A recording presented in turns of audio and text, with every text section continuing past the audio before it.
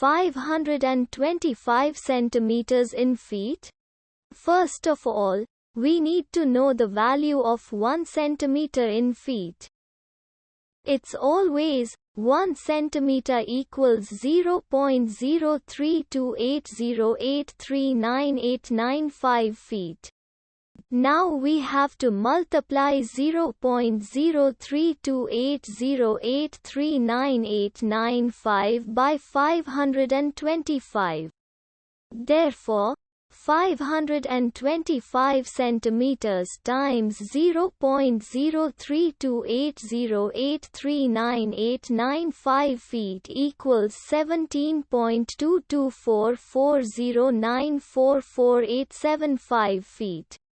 So, in other words, 525 centimeters equals 17.22440944875 feet. We hope you have enjoyed this video.